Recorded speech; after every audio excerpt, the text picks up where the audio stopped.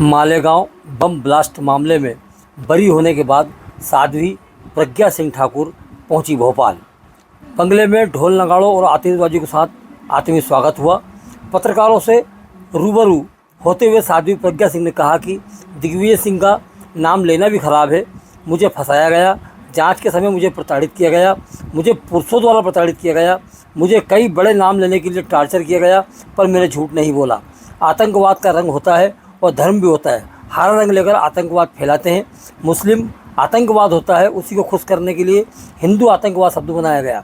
कांग्रेस ने मुस्लिम समुदाय को साधने के लिए हिंदू आतंकवाद जैसा शब्द गढ़ा। ये कांग्रेस का षड्यंत्र था। कांग्रेस को खुश करने के लिए यह सब किया गया। कांग्रेस इसी से खुश होती है। कांग्रेस आतंकवादियों के लिए रोती है और हिंदुओं को प्रताड़ित करती है। यह कहना रहा साध्वी प्रज्ञा सिंह ठाकुर का।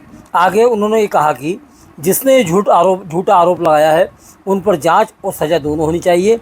राजनीति में वो अपनी वापसी को लेकर कहा, हम राष्ट्रनीति करते हैं, राजनीति नहीं करते। हिंदुओं को कांग्रेस ने हमेशा कुचला है। कांग्रेस ने विधर्मी मानसिकता को स्थापित किया है। मुझे बताइए, आपको प्रताड़ित किया जा रहा है, किन किन का नाम उगलवाने के लिए किया जा रहा है? मुझसे मैंने पहले भी अपने इंटरव्यू में कहा है, मुझसे बहुत बड़े बड़े लोगों के नाम जबरदस्ती बोलने के लिए कहा उन्होंने। मैंने वो नाम नहीं बोले, उनके अनुसार मैंने काम नहीं किया, इसलिए उन्होंने मुझे प्रताड़ित किया। और उन नामों में विशेष तौर पर माननीय भागवत जी का नाम, राम माधव जी का नाम, हमारे माननीय मोदी जी का नाम, योगी जी का नाम, माननीय इंद्रेश जी का नाम और तमाम वो नेता जो बड़े बड़े नेता हैं उन लोगों के नाम लेने के लिए कहा कि उन्होंने कहा और हमने ऐसा किया, ये बोलो। मैंने उनकी बात को नहीं सुना और ना ही माना, इसलिए उन्होंने मुझे प्रताड़ित किया। परमवीर को लेकर क्या कहेंगे? एटीएस का चीफ था जो परेशान कर रहा था। मैंने बार बार ये कहा है, बहुत ही निकृष्ट, बहुत ही अधम व्यक्ति है परमवीर सिंह, क्योंकि उसने हर सीमा पार की है, हर कानून को तोड़ा है और कानून से बाहर जाकर के उसने मुझे प्रताड़नाएं दी हैं। अकेले परमवीर सिंह ने नहीं, पूरे एटीएस के अधिकारियों ने प्रताड़ित किया है, पुरुषों ने प्रताड़ित किया है, हर कानून को तोड़ा है। उन्होंने मुझे गैर कानूनी 13 दिन तक रखा और 11 दिन की कस्टडी। इस प्रकार से मैं 24 दिनों तक पुलिस कस्टडी में रही और प्रताड़नाएं झेलती रही एटीएस की। जब आपको अरेस्ट किया था उस समय इंदौर, शाजापुर के कुछ और लोग जिन्हें अरेस्ट किया था, वो उन्होंने पूरे देश में एटीएस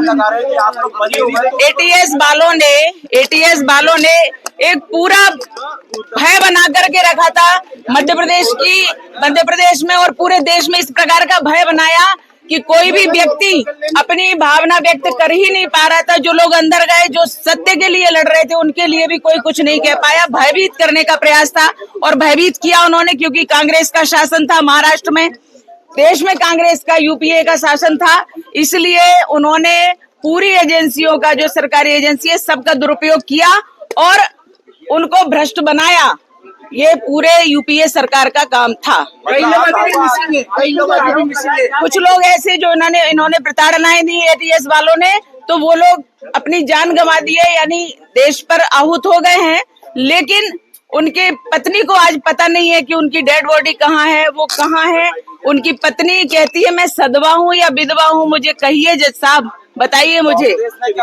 और इसलिए एक व्यक्ति नहीं, कई लोग ऐसे हैं जिनको मारा पीटा और मार डाला, लेकिन उनके आज रिकॉर्ड भी खत्म कर दिए गए। मुस्लिम वर्ग को आकर्षित करने के लिए क्या भगवा आतंकवाद जैसा शब्द गढ़ा गया? हमेशा से मुस्लिमों के लिए उन्होंने तुष्टीकरण की नीति अपनाई है। कांग्रेसियों ने अपने शासन में उन्होंने भरपूर उपयोग किया और हिंदुओं को प्रताड़ित किया। हिंदुओं को किसी भी प्रकार से जो प्रताड़ित कर सकते थे, जेल में डाल सकते थे, उनको मार सकते थे, उनके ऊपर झूठे केस लगा सकते थे, वो सब कुछ किया।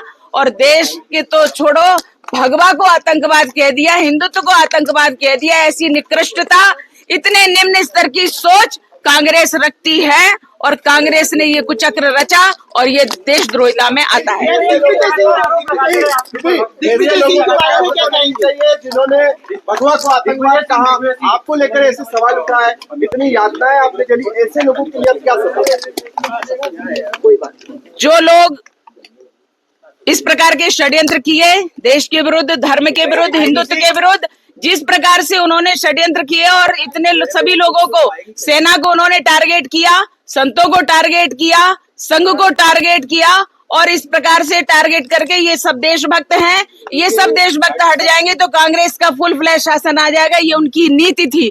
लेकिन ऐसे लोगों ने जो कुचक्र रचा है, षड्यंत्र रचा है, हमारे जज साहब ने स्पष्ट उनके लिए आदेश दिया है कि ऐसे लोगों की जांच की जाए जिन्होंने गलत प्रस्तुति दी है और इस प्रकार से इतना बड़ा केस थोपा गया है। इनकी जांच हो और सजा हो, उनको निश्चित रूप से जांच होगी तो सजा होगी। दिग्विजय सिंह के लिए स्पेसिफिक दिग्भ्रमित का मेरे पास कोई उत्तर नहीं है। वो तो व्यक्ति बोलने लायक ही नहीं, उसका नाम ही नहीं लेना चाहिए। जो सुबह और दोपहर में उसका नाम लेगा उसका दिन खराब हो जाएगा। क्या आप उनके खिलाफ वोट जाएंगे जिन्होंने आपको भगवा आतंकवादी का?